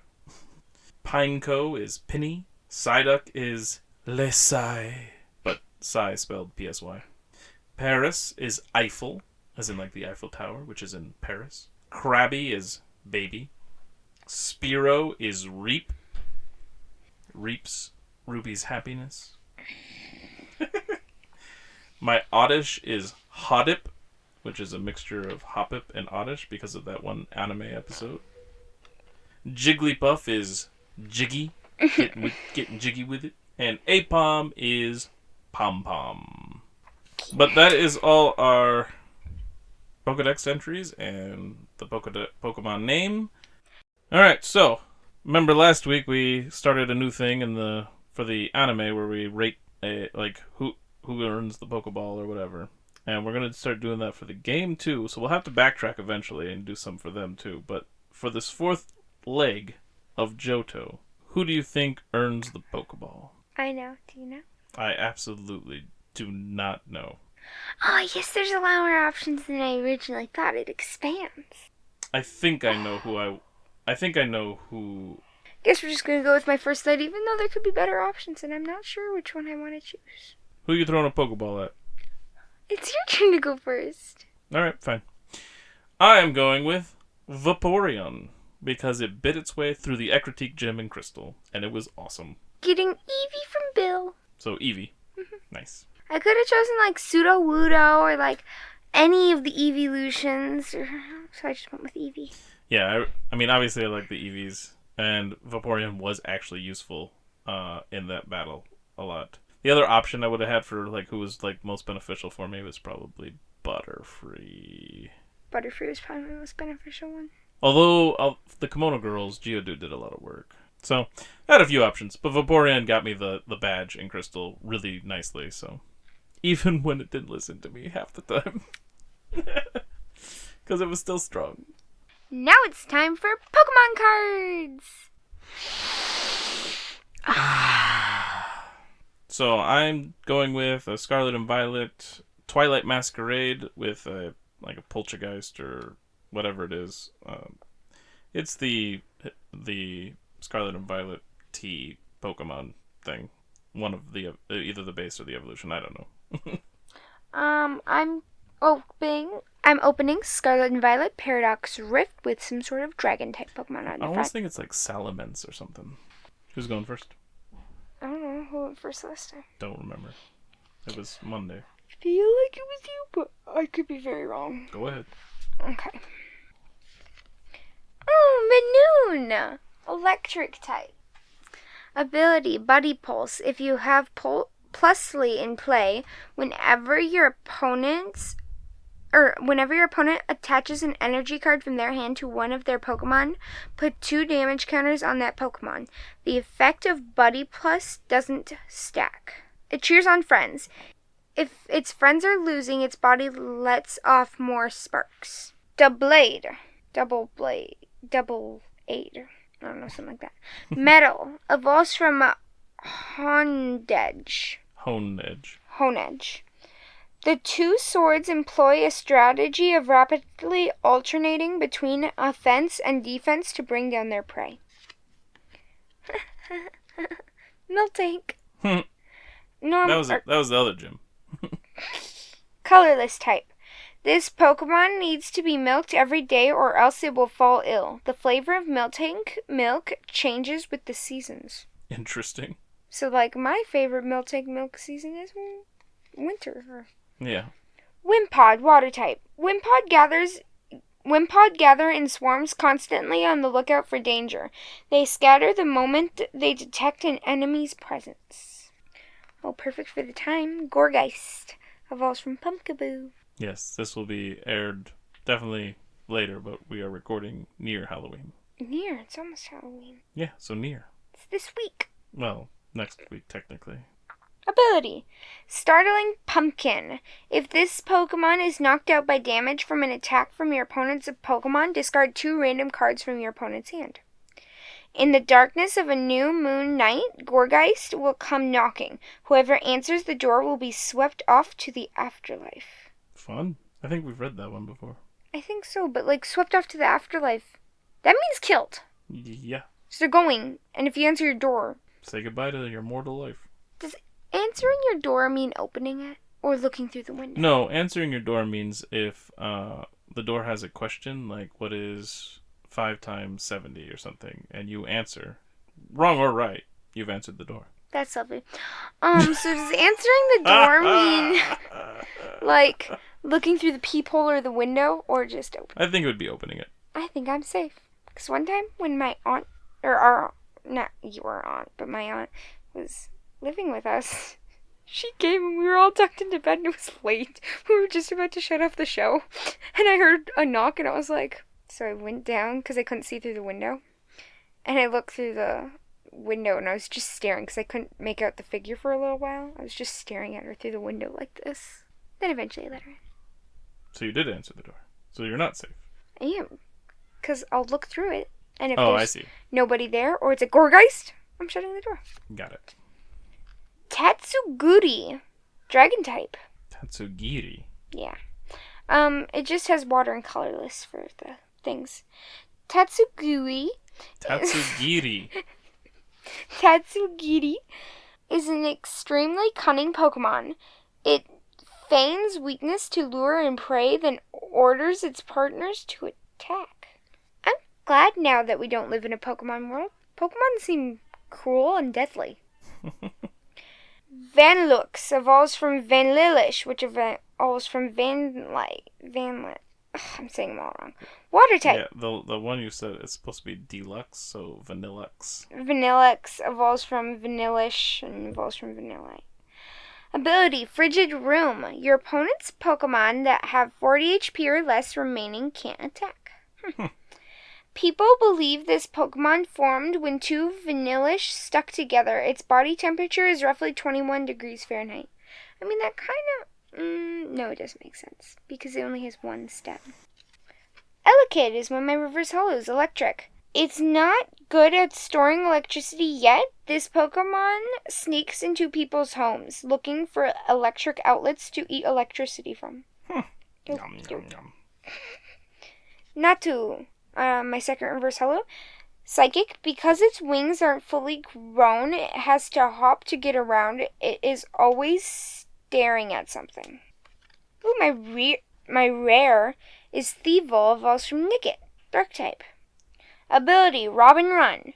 When you play this Pokemon from your hand to evolve one of your Pokemon during your turn, you may have your opponent reveal their hand and then you choose 2 energy cards you find there and shuffle them into your opponent's deck. With a lithe body and sharp claws, it goes around stealing food and eggs. Boltund is its natural enemy. Oh, Boltund. Okay. Grass type energy. Alright, I have Venipede, dark type.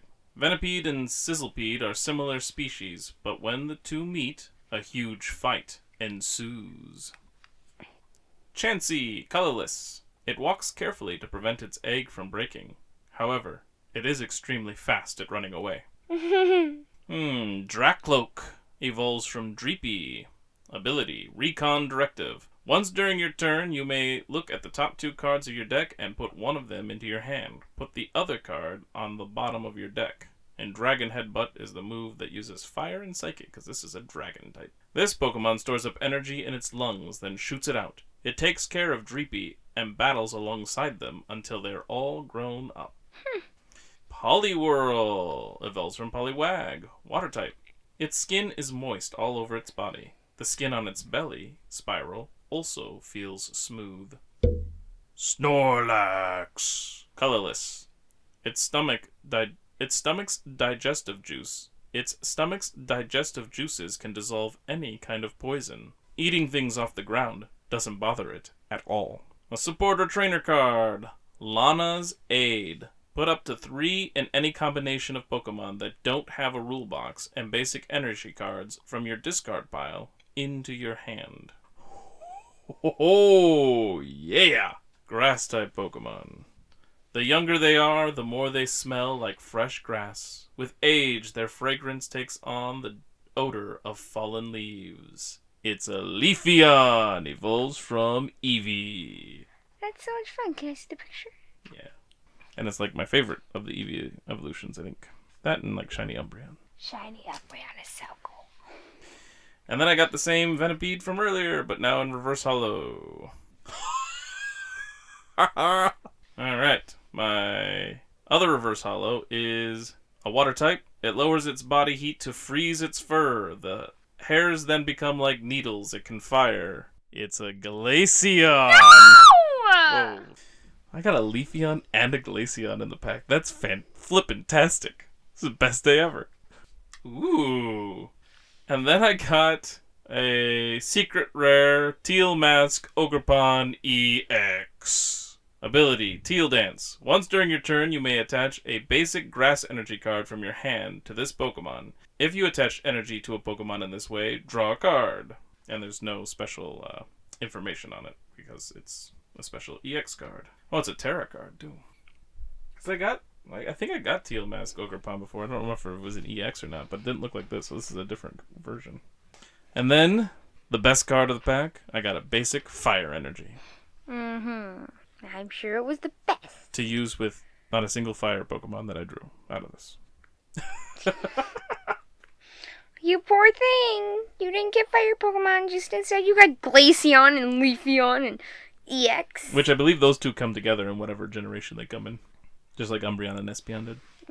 Because Sylveon's by itself over in the 6th gen. And that's our episode. So, Routes Through Pokemon is a Hunterfield Institute production. You can find us on Spotify, Amazon, Apple, and other podcasting platforms. So wherever you do find us, please like, subscribe, rate, review, leave comments. Let us know how we're doing, what you like. Just talk with us, because we are lonely and we need some company. Just kidding, we're fine. And we also have a YouTube channel where you can listen to it, although sometimes those are going to be a little different because I have to re-edit some of the episodes and re-upload them, but I can't get them back to YouTube that way. So if you want the original upload, there it is. Otherwise, listen elsewhere. But either way is fine. And that would be at our YouTube channel, Hunterfield Institute. And if you want to reach out to us, you can also send an email to hunterfieldmanor@gmail.com. And now that we've gotten through these first 4 gyms, with 4 more left in Johto for us, we have a little longer gap between some playing as we try to get through the anime and manga. There's a lot going on there. So I think we have like 4 or 5 I think it's like 5 more episodes before we get back to the games, as we work through our way to Ecruteak City in the Ghost Gym. And the manga starts getting a little funky there, so we'll have to see how we start working through that as we progress. I have not read through it ahead of time, but I do know that things get a little wonky, and I think we even switch protagonists soon. So be prepared for some manga-less episodes. And yeah, hopefully soon we'll be journeying our way to the 5th gym in whatever city and whatever type it is, because I honestly don't have an inkling of any kind whatsoever. Like last I knew we were at least going to a place called Ecruteak City, but now I don't even know what city we're going to. I know exactly what it is. Although we may take a detour before that, because, well, especially with surf. Like, I like to go in all the wrong places when I can in a game before going the right way, so we'll see what happens. And I think that's it. So thank you all so much for listening as Ruby and I take our journey through the world of Pokemon, where she is glad that she doesn't live in an actual world of Pokemon, and I still kind of wish I did. You wanna die? No, but there's plenty of things that'll kill us in this world too. And we will catch you on the next route. Sayonara! Bye!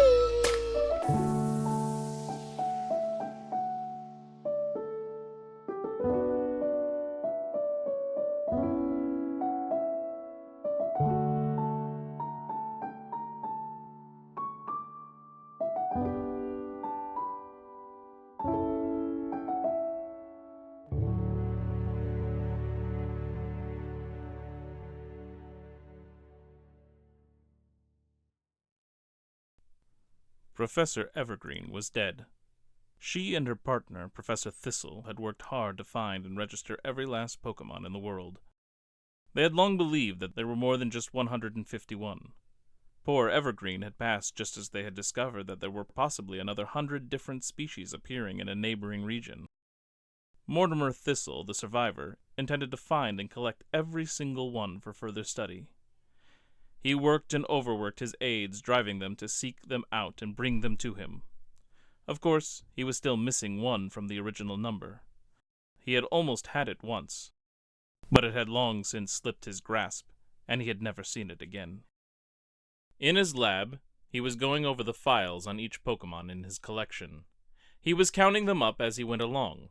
187, 188, 190... That was 189, sir.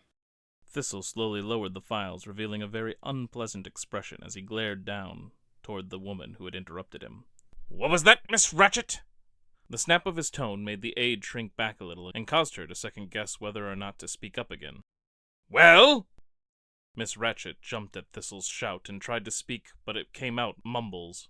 When you were counting, you skipped 89. Speak up, woman! My ears don't work like they used to. The woman swallowed hard, took a quick breath, and tried again. I'm sorry, sir. It's just that, well, you skipped over 189 in your counting, and I just wanted to help make sure you didn't end up... What?! Blinking back tears, Miss Ratchet tried again. I'm trying to tell you that you missed... I heard you! Professor Thistle slapped his files hard on the desk. You must think me a senile old fool. Ratchet's eyes went wide. What? No, Yes! You think you can trick me into getting my numbers off. You want me to think I have collected less Pokemon than I have. But why? Sir, I swear... What are you trying to hide from me? You've lost one of my Pokemon, haven't you? I can see it in your eyes. Thistle sat up straight. Well, then I suppose you're staying late to look for it. What? You got a problem with that?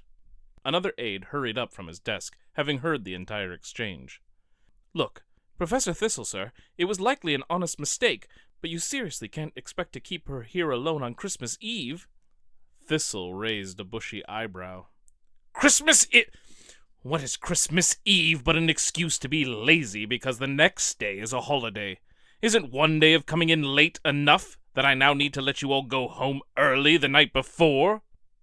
The professor paused a moment, folded his hands, and leaned down, adopting a kinder expression that had all the charm of a loaded gun. But, of course, you're right, Mr. Edwards. I cannot expect to keep Miss Ratchet here alone on Christmas Eve. That's why you will all be staying here until every missing Pokemon is accounted for. Professor Thistle pounded the desk with his fist, causing both aides to jump this time. Now get back to work! Turning back to his files, Professor Thistle examined the stacks carefully and sighed. He knew he was going to have to start over now after being interrupted. As he was stacking them all back together, he could sense someone was standing in front of his desk again. I thought I told you all to get back to work! I would, but I don't work for you, or at least not exactly, Professor. Thistle recognized the voice at once, and it was not one of his aides. He looked up and offered a quick smile. Ha, it's you, Gray. And how goes your Pokemon quest? Earn any new badges? Actually, yeah, Professor. See? The young trainer across from him opened up his jacket and revealed that he now had 3 of the Johto badges. Still plenty to go, I see, so what are you doing back here? Well, Professor, it's Christmas time. I'm here to see family. Oh, of course. You go in for this holiday hogwash as well, do you? It's not hogwash, and you know I do. I always come back. And look how much time and energy that costs you when you could be out there discovering new Pokemon! They'll still be there. Besides, there are more important things in life. Name one. The kid sighed. Well, I already did. Family. Thistle frowned at that. He had no family to speak of. None alive, anyway, and he wouldn't have it any other way. After all, a family would only get in the way. They always wanted things, especially time. Thistle had none of that to spare anyone. It was all spent on his pursuits, and yelling at his aides. So why are you here specifically and not with your family? Did you need to switch out a Pokemon or something? Gray grinned. No, Professor. I just wanted to invite you over to my place for dinner tonight. We have plenty of room. My mom is already preparing a place for you. Call ahead and tell her not to. I've got too much to do here. As it is, I have to count my Pokemon over again from the beginning, thanks to my aides here. You can always count them later, Professor. They'll still be here after Christmas. You're too optimistic and naive, Gray. I turn my back for 1 second, and someone will snatch these Pokemon right out from under me.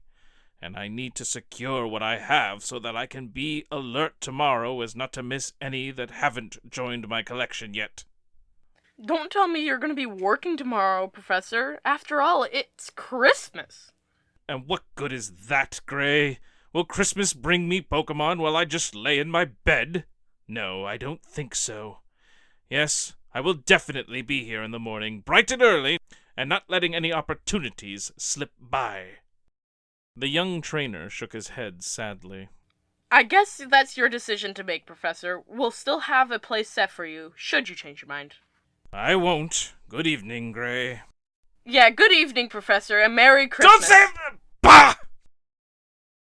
It was very late and very dark by the time Professor Thistle allowed his aides to head home.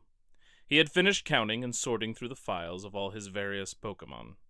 He had his doubts that all were accounted for, but he had nothing other than his own distrust of others to go off of, so he had to let them go, as no one would be able to press charges based off suspicion alone. Miss Ratchet lingered behind her colleagues, wanting to have one last word with Professor Thistle. Edwards waited by the door and gave the woman a warning look that she knew was meant to say, "Leave well enough alone." But she couldn't do that, not when her little sister was counting on her. Professor? Thistle jumped in his seat as he was working on typing in notes on his Pokedex. The device dropped from his hand and landed hard on the floor. The professor had not been expecting anyone to still be there, or at least not to talk to him. Normally, his aides couldn't wait to get out the door on the average night, let alone a night he kept them late, or they had holidays they wanted to celebrate. "What are you still doing here, Miss Ratchet? Something to confess, perhaps?" The woman blinked wildly at the suggestion. No, of course not. I haven't done anything. Thistle peered suspiciously down at her. "Uh-huh. I am sure." He reached down and picked up the Pokedex and started tinkering to make sure everything was still working right on it. "Well, out with it. What do you want? If you want to wish me anything, don't bother. I've heard plenty of special holiday greetings today, enough to last me a lifetime, and yet I'm sure I'll have to endure even more before the year is up, not to mention in a year's time for it all to come around again." No. That wasn't it. Oh, just spit it out already! The woman was flustered, and was nearly tempted to shout at the crotchety old fellow, but then she remembered her sister and knew that attacking him would certainly not help matters. Sorry, Professor. Yes, well, it's my sister, you see. She turned 10 earlier this year, and, in fact, will be 11 not long after Christmas, and she has dreams to be a Pokemon trainer. She wishes to travel across the land and seek out new Pokemon and earn her badges. I don't see what that has to do with me. Well, traditionally, young trainers get a head start with help of a local Pokemon professor. I thought, maybe, tomorrow, with it being Christmas and all, that she could finally come by and choose a Pokemon to be her partner on her quest. Thistle placed the Pokedex down gently, slowly folded his hands, and looked down at Miss Ratchet. "Ah, I see. You have been intending to rob me." What? No, You expect me to just hand over one of my precious collection to some child? Just so she can go gallivanting off and likely get it killed? What a waste that would be. No, I will not be doing that, for I am not in the habit of just giving away that which I have worked hard to obtain. If she wants to trade for something, then by all means bring her by tomorrow. Handouts to beggars who aren't willing to work for themselves is a kind of lunacy, and I have not yet lost the faculties of my mind. Trade? But we have nothing to trade with. Pokeballs are expensive, and you need a Pokemon to start with so it can wear down the wild ones in order to catch them. Don't you see how reliant new trainers are on the generosity of those who have come before them? And how was the first Pokemon ever caught, then? It is obviously quite possible to do so without already having one. You are simply making excuses for laziness. Now please leave. I will see you in the morning. Wait, but it's Christmas tomorrow. I thought... Oh, right. Yes. Fine. See you after lunch, then. Miss Ratchet sighed and hung her head. She knew the professor would not budge, and so her sister would still not be able to begin her journey and have a shot at her dreams. Good night, Professor. She made her way to the door, and although she despised the miserly professor, she was determined to be kind. And Merry Christmas. Thistle's head shot up, and he was going to shout at Miss Ratchet, but she was already shutting the door. So instead he picked up the first thing he could grab and tossed it at the door and shouted anyway, "Bah! Humbug!" With everyone gone, Professor Thistle went about shutting down computers and lights and getting ready for bed.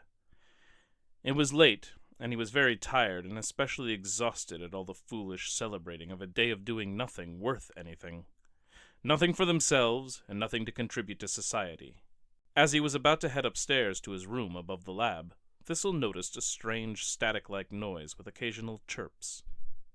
Turning, a plate with a sandwich in one hand and a glass of Miltank milk in the other, he noticed a light blinking erratically, casting strange shadows throughout the room. The source of both light and sound seemed to be coming from the front door. Carolers, and at such an hour, do they never give rest to their madness?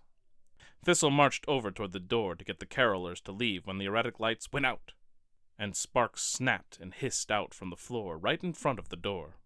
The professor jumped back, splashing milk all over the place. Once the sparks stopped, he took a cautious step closer again and peered into the dark to see what was going on. When he realized it was the Pokedex he had been tinkering with earlier and had apparently been the object he'd thrown at the door, he let out a sigh of relief. He then chastised himself for getting all worked up over a broken gadget. The mystery settled and commotion ended, Thistle took his sandwich and what was left of his milk and headed back toward the stairs. Suddenly, the whole room filled with a green light. Mortimer Thistle. Glass shattered as the professor lost the rest of his milk. There was a second crash as the plate, which had been flung up into the air, eventually landed. The whole commotion was punctuated with a soft plop as his sandwich landed on top of his head. You've gotten jumpy in your old age. Slowly, Professor Thistle turned to see who was inside his lab. Had he not already dropped everything he had been holding, he would have done it right then. Standing impossibly before him, at the source of the emerald light, was Professor Evergreen. Thistle's face went pale. Hey, partner, you look like you've seen a ghost. Thistle blinked rapidly, terrified and hoping that the image of the woman before him would vanish. He had no such luck. How? You can't be here. You're dead. Oh, right. You are seeing a ghost. Well, not really. This is just a hologram. Thistle frowned. Of course it's just a hologram, he muttered to himself. It's just an old message stored in that broken Pokedex.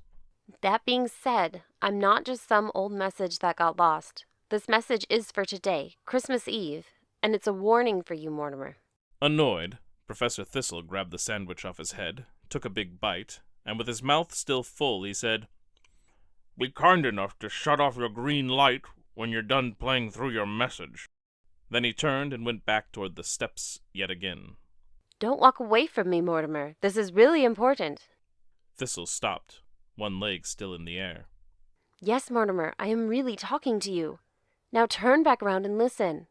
Putting his foot down, Thistle glanced over his shoulder and saw Evergreen's hologram looking at him. That's right, all the way around.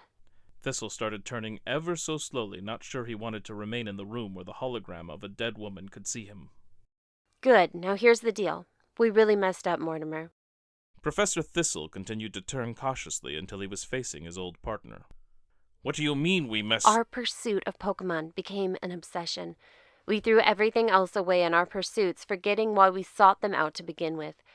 There was no longer any joy in discovery. Don't you remember how excited we used to get in those early days? But it changed, and we simply logged away what we found so we could look for the next new discovery. We neglected others, and in doing so hindered our own research. Is there a point to all... Mortimer, don't you see? We simply chased the wind, never finding any satisfaction. Well, that's because I haven't found what I've been looking... Never finding what we were looking for, because we didn't know what we were seeking, or that what we really needed or wanted was right in front of us. I know exactly what I seek. New Pokemon and specific... We always thought it was new and interesting Pokemon to research, but it isn't. Actually, we have that a is hole exactly inside, what... and Pokemon will never fill it. Are you even listening to me, Evergreen? So please heed my warning before it's too late, Mortimer. It's already too late for me. I only saw my errors in time to warn you. You can still change. You can fix it, which is more than what I can do. Professor Thistle crossed his arms and stared at the hologram. He didn't bother to interrupt again, as he was pretty sure there was no point. Professor Evergreen never desired to discuss matters, only to lecture, as she always thought she knew best. The hologram version would be no different except in only that this one had no choice. I can see that you are not taking this seriously. No, you can't. But I pray that before the dawn, you will see the error of your ways. Putting up with you both in life and death is the only error I can see. Just as I was visited by a Pokemon that helped me, so have I arranged for 3 spirits to guide you. Sure you have. Thistle rolled his eyes. Listen to them. Pay attention to what they show you, Mortimer. Learn before it's too late. Professor Thistle looked at a clock and saw it was 11:15, and he was very tired. I hope this is almost over. Change your ways, Mortimer. Change your ways. Those last few words seemed to come from far away as the green light in the room dimmed. Before long, the hologram was gone completely, and the room was plunged back into darkness. To be continued.